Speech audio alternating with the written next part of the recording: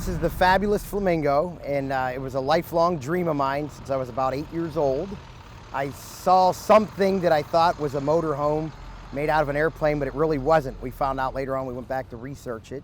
My son, Gigento, actually had been searching for an airplane that we could make a motorhome out of. So he's my right-hand man in the business, and we found these DC-3s laying on the ground in Rolla, Missouri, and it took about a year and a half to convince the owner that he needed to sell me the airplanes. And we told him what we were going to do right out of the gate, and this one here was a Navy R4D that was in a tornado, so it couldn't be saved. It's got a twist in it, and it's kinked. You can see the kink on the fuselage, and a lot of corrosion. So we told the owner outright, look, we're not going to scrap it, we're not going to cut it up, we want to make a motorhome out of it. Ed was his name, and Ed kind of did a little research on us to make sure we weren't a couple of nuts, and ultimately decided to sell us the airplane. And in May 8th of 2019, we started taking it apart. It was a complete aircraft, not on its gear. When I say laying on the ground, I mean totally flat on the ground, to where when we were taking it apart, we were laying on our backs and we couldn't even use power tools because there wasn't even space for that. The Flamingo itself was actually not done yet. We have a lot more to go. It's drivable and it's fun and it's cool, but you know, when you build something, you're always real close to it. Everything on the airplane has to be airplane. We put some rules on ourselves, if you will. So we have the celestial dome to put up top, but all the wood around the windows is made out of old Stearman spars and Taylor crafts. So that has to be done. We have a lot more fitting to do. She gets nose art on Monday, so the Flamingo will be painted on Monday. It's just a lot of little things, even down to the wheel fenders on the back. We had regular fenders, and then all of a sudden my son came up with, the week before Oshkosh, him and my buddy are like, you know, if you put some tip tanks out there, that'll be good. So we're out there finishing the tip tanks. It's a lot of little things that'll refine it.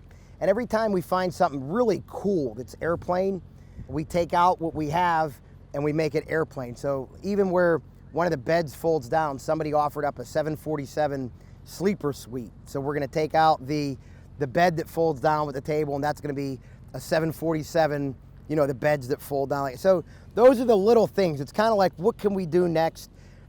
We just have to save the money. We're not rich by any stretch of the imagination. We sell airplane parts so we can buy airplane parts, so we can sell airplane parts and get a little bit of cash or whatever. Then we put it back into the Flamingo and have fun with it. The paint scheme came from a 59 Mercury Interstate Cruiser, or Turnpike Cruiser, which was a car that I've always wanted. Well, when we did the Flamingo, I'd never get the car, and that was the paint scheme of the car. So then my wife loves flamingos, got to bring her on board. So she liked flamingos, and I wanted to name it, you know, the Fabulous, like Fabulous Phantoms. They used to spell it with a PH. Well, I wanted to do that, and she went, well, how about we do the Fabulous Flamingo? And it just kind of, it took, and everybody seemed to like it, so now we just incorporated through it, the blue, the pinks, and we just, you know, the flamingo curtains. We have flamingo sheets, flamingo shower curtains, flamingo cups, plates. It's just the Fabulous Flamingo. And when we do car shows, she actually bought me a shirt with all these flamingos on it. So, and we're even gonna do a flamingo airway type thing. So it's all about fun. That's exactly what it's all about. So, well, the performance numbers, we maxed her out west at 85. It did no problem. That was the legal speed limit between Tulsa and Oklahoma City. It's very happy at 62 mile an hour. That's where we get the best all-around performance. We usually keep her around 55 safety-wise, because it gets a little hairy with some of the people thinking they should be doing acrobatics around us while they're driving. The engine is a Detroit 466E, so she's got plenty of power behind her. Same performance, but the windows open or closed.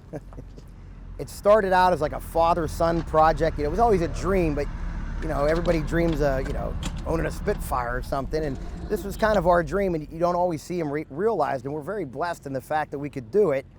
I hope that I inspire some kid to do something just like I was inspired. I want people to realize that you don't have to be a pilot or work for the FAA to be in aviation. We do salvage, we do it as a family business, and we absolutely love it, and that's what's really, really cool about this.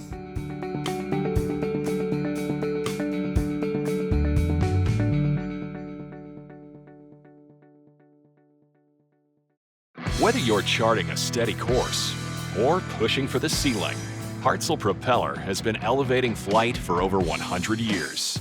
It's in our passion for engineering and research. It's in our dedication to testing the limits of performance and creating propellers that are as safe as they are sexy.